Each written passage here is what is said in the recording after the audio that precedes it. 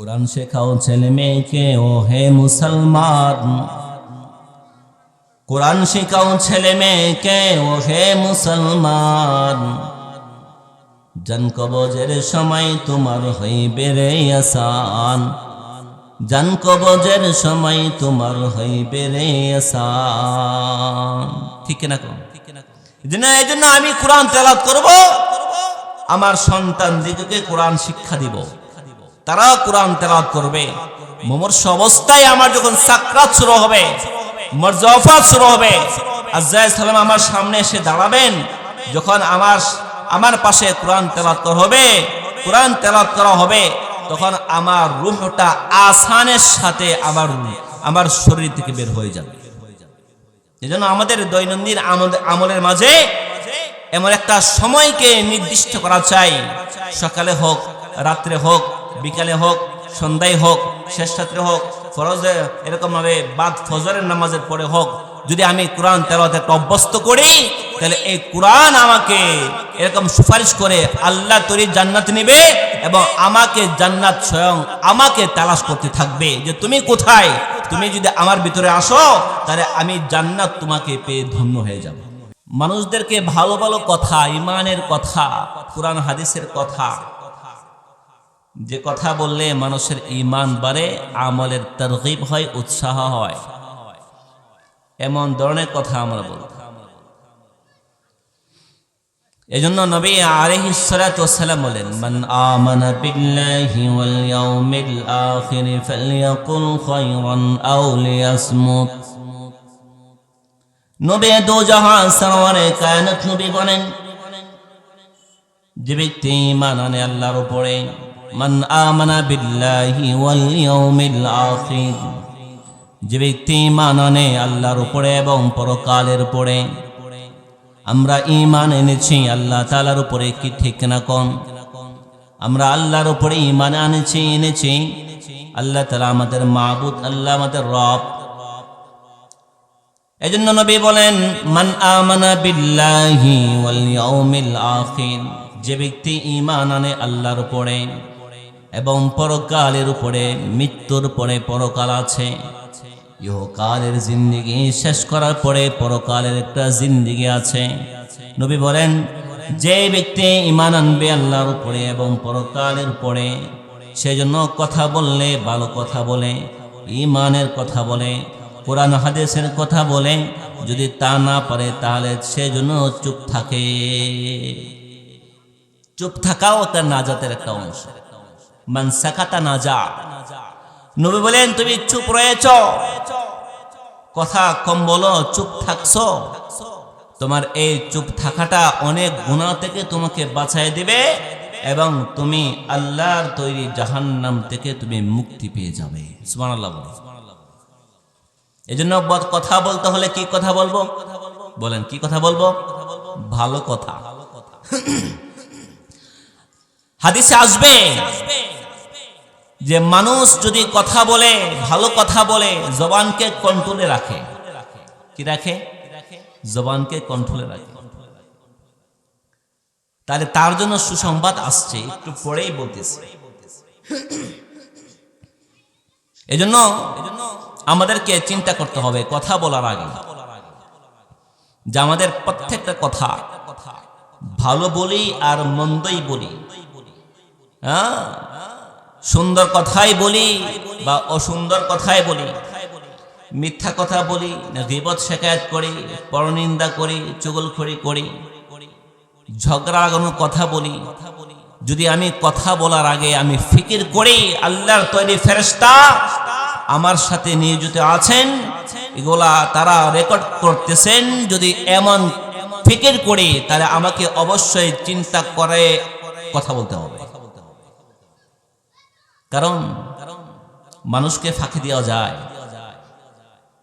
সরকারকে ফাঁকি দেওয়া যায়, স্যাটেলাইটকে ফাঁকি দেওয়া যায়, ফেসবুক ইন্টারনেটকে ফাঁকি দেওয়া যায়, কিন্তু আল্লাহর চক্ষুকে ফাঁকি দেওয়া অসম্ভব, ফাঁকি দেওয়া যাবে না। এজন্য আসুন আমরা আমাদের কথাগুলোকে সুন্দর করি, মাধুর্যপূর্ণ করি। এজন্য রাসূল আরবি মুহাম্মদ রাসূলুল্লাহ সাল্লাল্লাহু আলাইহি ওয়াসাল্লাম বলেন, যে উম্মত তোমরা তো জান্নাত চাও, আমরা কি চাই বলেন? জান্নাত চাই না? হ্যাঁ, আমরা জান্নাত চাই। আমরা জান্নাত চাই, আল্লাহ সন্তুষ্টি চাই, জাহান্নাম থেকে আমরা মুক্তি চাই। কিন্তু নবী দুজাহা সরওয়ারে কায়নাত নবী মুহাম্মদ মুস্তাফা সাল্লাল্লাহু আলাইহি ওয়াসাল্লাম বলেন, 5 শ্রেণীর লোকের জন্য জান্নাত স্বয়ং তাদেরকে তালাশ করে। সুবহানাল্লাহ। 5 শ্রেণীর লোক এমন আছে যাদেরকে স্বয়ং জান্নাত তালাশ করে খুঁজে। যে আমরা যেরকম জান্নাতকে খুঁজি, আল্লাহর তৈরি জান্নাত 5 শ্রেণীর লোককে তালাশ করে খুঁজে। আমরা এই 5 শ্রেণীর লোকদের অন্তর্ভুক্ত হতে চাই কি চাই না বল? চাই। আমরা চাই, অবশ্যই চাই। এজন্য নবী বলেন 5 শ্রেণীর লোক এমন আছে যাদের জন্য স্বয়ং জান্নাত আকাঙ্ক্ষা করে, তালাশ করে, খুঁজে যে তোমরা আমার কাছে আসো, আমার কাছে আসো, আমার ভিতরে ঢাকেল হও, তোমাদেরকে পাইয়া আমি স্বয়ং জান্নাত ধন্য হয়ে যাব। সুবহানাল্লাহ। হাদিসে নবী কি বলেন? ইন্নাল জান্নাতা তাশতাকু ইলা 5 নাফর তালিল কুরআন। নবী দুজা বলেন যে জান্নাত স্বয়ং যাদেরকে খুঁজে তালাশ করে 5 শ্রেণীর লোকদের প্রথম নাম্বার হলো যে ব্যক্তি কোরআন তেলাওয়াত করে। সুবহানাল্লাহ। আমরা কোরআন তেলাওয়াত করব কিনা বলেন? আমরা যারা কোরআন তেলাওয়াত করতে পারি, আমরা কোরআন তেলাওয়াত করব। কোরআন তেলাওয়াত করলে সব আছে কিনা? অবশ্যই সব আছে, নেকি আছে।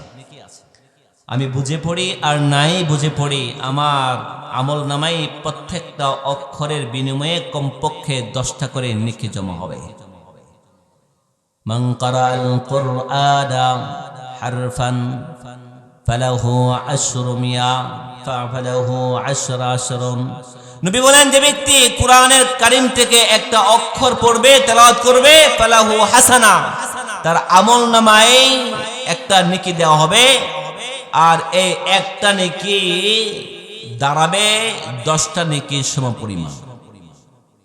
লা আকুলু আলিফ লাম মিম হারফুন, লা আকুলু আলিফ লাম মিম হারফুন ওয়ালাকিন আলিফুন হারফুন ও লামুন হারফুন ও মিমুন হারফুন।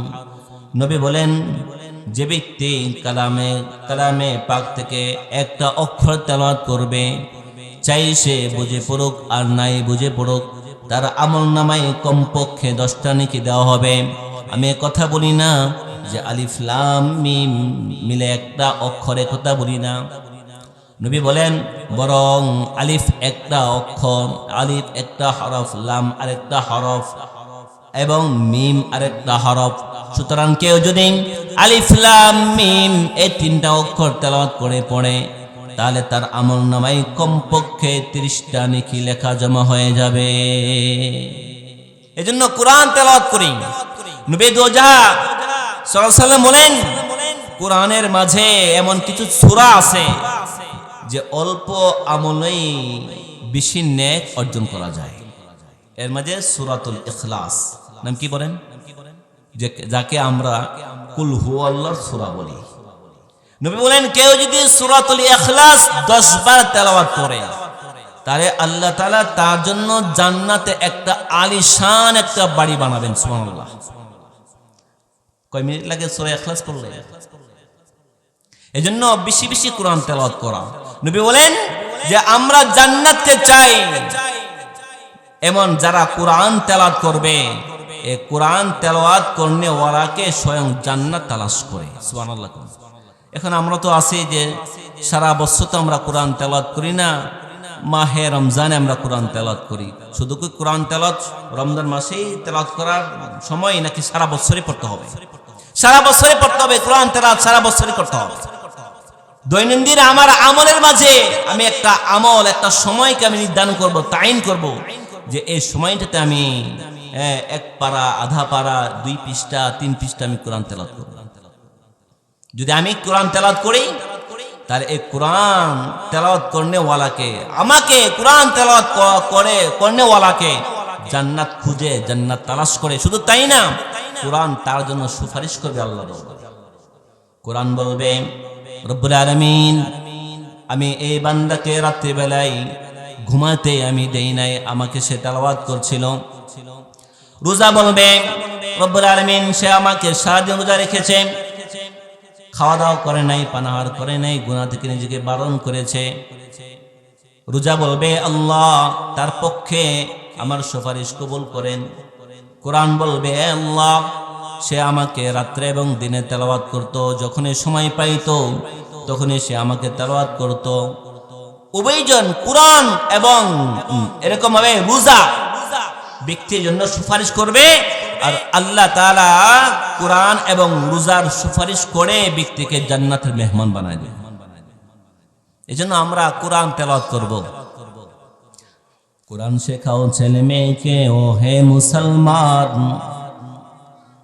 কোরআন শেখাও ছেলে মেয়েকে ও হে মুসলমান, জান কবজের সময় তোমার হইবে রে আসান, জান কবজের সময় তোমার হইবে রে আসান।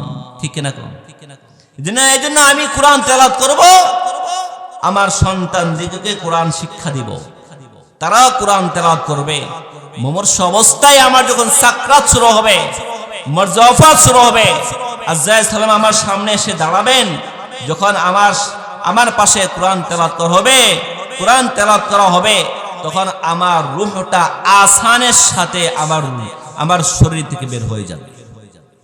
এজন্য আমাদের দৈনন্দিন আমলের মাঝে এমন একটা সময়কে নির্দিষ্ট করা চাই, সকালে হোক, রাত্রে হোক, বিকালে হোক, সন্ধ্যায় হোক, শেষ রাত্রে হোক, ফরজে এরকম ভাবে বাদ ফজরের নামাজের পরে হোক, যদি আমি কোরআন তেলাওয়াতে অভ্যস্ত করি, তাহলে এই কোরআন আমাকে এরকম সুপারিশ করে আল্লাহ তৈরি জান্নাত নিবে, এবং আমাকে জান্নাত স্বয়ং আমাকে তালাশ করতে থাকবে যে তুমি কোথায়, তুমি যদি আমার ভিতরে আসো তাহলে আমি জান্নাত তোমাকে পেয়ে ধন্য হয়ে যাব।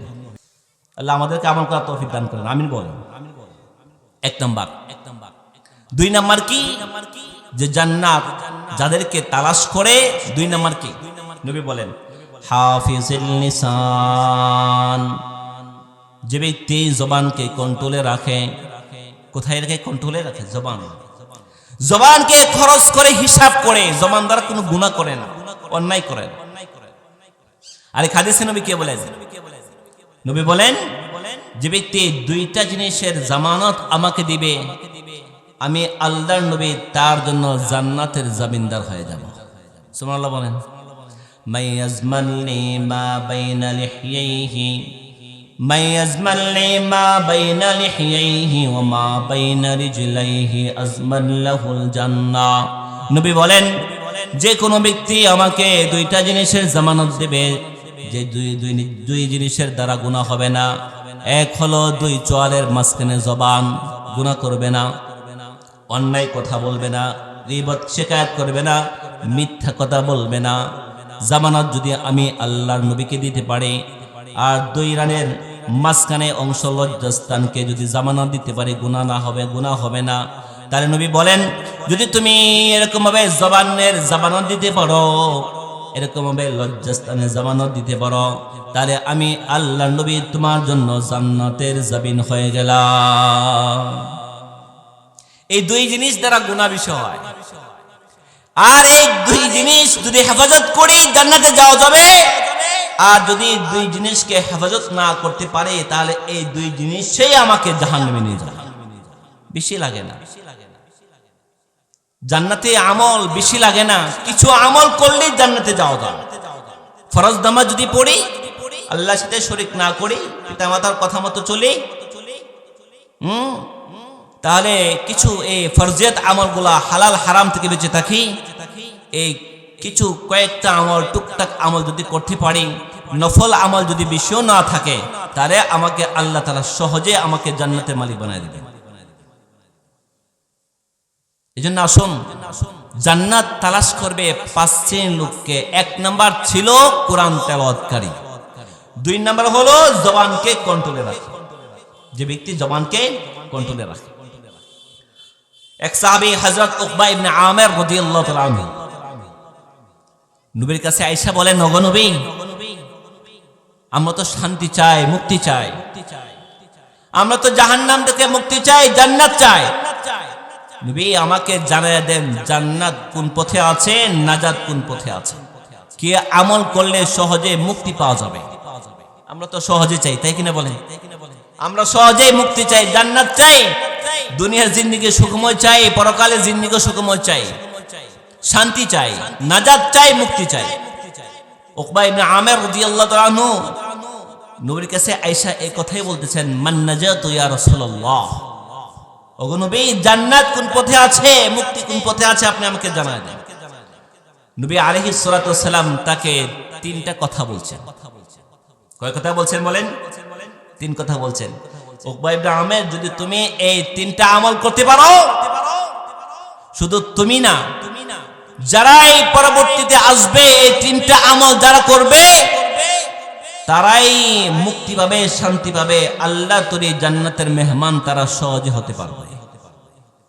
মান নাজাতু ইয়া রাসূলুল্লাহ قال املك عليك لسانك।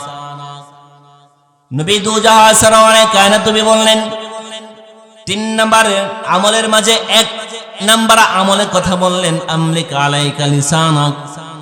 এ উকবা ইবনে আমির, যদি তুমি শান্তি চাও, নাজাত চাও, জাহান্নাম থেকে মুক্তি পেতে চাও, তাহলে এক নাম্বার আমল হলো তুমি তোমার জবানকে কন্ট্রোলে রাখবে, হেফাজত করবে। এক নাম্বার সবক দিয়েছেন, আমল দিয়েছেন, আমার জবানকে কন্ট্রোলে রাখা। আমলিক আলাইকা লিসানাক। উকবা ইবনে আমির, মুক্তি চাও, শান্তি চাও, তাহলে তোমার এক নাম্বার সবক তোমাকে দেওয়া হলো যে তুমি তোমার জবানকে খুব সতর্কতার সাথে ব্যবহার করবে। দুই নম্বর আমল বলছেন, ওয়ালনিয়াসআকা বাইতুক, যে তুমি নিজ ঘরের ব্যবস্থা করো, নিজ ঘর যেন তোমার জন্য যথেষ্ট হয়। ঘরের বাহিরে যাবে না, ঘরে বেশি সময় দিবে, ঘরের বাহিরে গেলে গুনাহ বেশি হবে, এজন্য ঘরে অবস্থান করো বেশি। ঘরের বাহিরে গুনাহের ছাইলাম, গুনাহের আলোচনা হয়, গীবত শিকায়ত হয়, পরনিন্দা হয়, চুগলখড়ি হয়, এজন্য ঘরে অবস্থান করবা, বাইরে তেমন যাবা না। দুই নম্বর সবক দিয়েছেন নবীজি মুক্তির জন্য। তিন নম্বর কথা কি বলছেন, ওয়াবকি আলা খতিয়াতিক। উকবা ইবনে আমির রে, যদি তুমি শান্তি চাও, মুক্তি চাও, তাহলে এক নম্বর আমল হলো জবানকে কন্ট্রোলে রাখবে। দুই নম্বর আমল হলো তুমি ঘরের সময় বেশি বেশি দিবে। তিন নম্বর আমল হলো তোমার যে গুনাহগাতা হয়ে গেছে, অতীতে যে সমস্ত গুনাহগাতা হয়ে গেছে, ওই জন্য আল্লাহ তাআলার কাছে তুমি কান্নাকাটি করবে। ঠিক আছে? যদি কান্নাকাটি করি, গুনার জন্য তওবা ইস্তেগফার করি, তাহলে আমার সহজে মুক্তি পাওয়া যাবে এবং আমার গুনাহ খাতা তওবা ইস্তেগফার করলে আল্লাহ আমার গুনাহ খাতাকে মাফ করে দিবে। এজন্য আসুন, জান্নাত চাবে কয় শ্রেণীর লোককে? 5 শ্রেণীর লোককে। এক নাম্বার তালিল কুরআন, কোরআনকে তেলাওয়াতকারী। দুই নাম্বার এরকম হাফিজুল লিসান, যে ব্যক্তি জবানকে কন্ট্রোলে রাখবে, ওই ব্যক্তিকেও জান্নাত তালাশ করবে। সুবহানাল্লাহ বলে। তিন নাম্বার বলেন ওয়া মুতঈমিল জিআন। নবী দুজাহা বলেন, তিন নাম্বার আমল যে ব্যক্তি করবে, 3 শ্রেণীর 5 শ্রেণীর মাঝে 3 নাম্বার শ্রেণী, যাকে জান্নাত তালাশ করবে, জান্নাত খুঁজবে, জান্নাত আকাঙ্ক্ষা করবে, ওই ব্যক্তি হলো যে ব্যক্তি ক্ষুধার্তকে খানা খাওয়াবে। অনাহারি আছে কিনা বলেন? পাড়া প্রতিবেশী অনাহারে থাকে, ক্ষুধার্ত থাকে, ফকির মিসকিন আসে, অনাহারে থাকে। আমি যদি এরকম অনাহারিকে, ক্ষুধার্তকে আমি খানা খাওয়াই, আল্লাহকে সন্তুষ্টি করার জন্যই খানা খাওয়াই, এরকম ভাবে আমার সুখের জন্য, নাজাতের জন্য আমি ভিক্ষুককে, অনাহারিকে আমি খাদ্যের ব্যবস্থা করে দেই, তাহলে জান্নাত আমাকে তালাশ করবে কিয়ামতের ময়দানে। সুবহানাল্লাহ। এজন্য আমরা ক্ষুধার্তকে খানা খাওয়াবো। কি করবো বলেন? ক্ষুধার্তকে আমরা খানা খাওয়াবো। শুধু নিজে খাবো না, আমরা আশপাশে যারা রয়েছেন, আমার প্রতিবেশী যারা রয়েছেন, এলাকার সমাজে যারা রয়েছেন, যারা ক্ষুধার্ত থেকেছেন, থাকতেছেন, আমি এদেরকে খুঁজে খুঁজে যদি খাদ্যের ব্যবস্থা করি, যদি আমি দুনিয়াতে এই আমলটা করি, পরকালে জান্নাত আমাকে খুঁজবে তার ভিতরে নেওয়ার জন্য। এর 3 নাম্বার ব্যক্তি, 3 নাম্বার যাদেরকে জান্নাত তালাশ করবে। 4 নাম্বার কি? মুকসিরিল উরিয়ান। নবী বলেন 4 নম্বর আমল হলো যে ব্যক্তি বস্ত্রহীনকে বস্ত্রের ব্যবস্থা করে। অভাবী বস্ত্রের ব্যবস্থা নাই, শীতকাল চলছে, এখন গরম কাপড়ের ব্যবস্থা নাই। আমি যদি গরম কাপড়ের ব্যবস্থা করে দেই, অভাবীদের অভাবকে পূরণ করে দেই, বস্ত্রের ব্যবস্থা করে, শীতাতপ নিয়ন্ত্রিত এরকম ভাবে শীত থেকে বারণ হওয়ার জন্য যদি আমি কাপড়ের ব্যবস্থা করে দেই, তাহলে জান্নাত আমাকে তালাশ করবে। আমরা আমল করতে চাই কি না চাই বলেন? আমল করতে চাই। হ্যাঁ, আমল से जिंदगी बनती है, जन्नत भी जहन्नम भी, खाके अपनी फितरत में है न नूरी है न नारी। আমল করতে হবে। আমল দ্বারা জিন্দেগি পরিবর্তন হবে। 5 নাম্বার, যে ব্যক্তি জান্নাত, যাকে জান্নাত তালাশ করবে, এর মাঝে 5 নাম্বার সর্বশেষ নাম্বার হলো ওমান সাল্লা আলা হাবিবির রহমান, যে ব্যক্তি নবী মুহাম্মদ সাল্লাল্লাহু আলাইহি সাল্লামের উপরে দুরূদ শরীফ পড়ে। সুবহানাল্লাহ পড়েন সাল্লাল্লাহু আলাইহি ওয়াসাল্লাম, পড়েন সাল্লাল্লাহু আলাইহি ওয়াসাল্লাম, সাল্লাল্লাহু আলাইহি ওয়াসাল্লাম, সাল্লাল্লাহু আলাইহি ওয়াসাল্লাম। নবীর উপরে দুরূদ শরীফ পড়লে সব আছে কিনে নাই বলেন? যতবার পড়ি ততবারই আমার উপরে রহমত নাজিল হবে, ততবারই আমার উপরে এরকম বৃষ্টি রহমত নাজিল করবে। শুধু তাই না, যে ব্যক্তি নবীর উপরে একবার দুরূদ শরীফ পড়ে, আল্লাহ তাআলা তার গুনাহকে 10টা গুনাহ মাফ করে দেন, 10টা নেকি তার আমলনামায় দান করেন। এরকম দারাজাত জান্নাতে এরকম উপরে উঠতে থাকে। সুবহানাল্লাহ বলেন।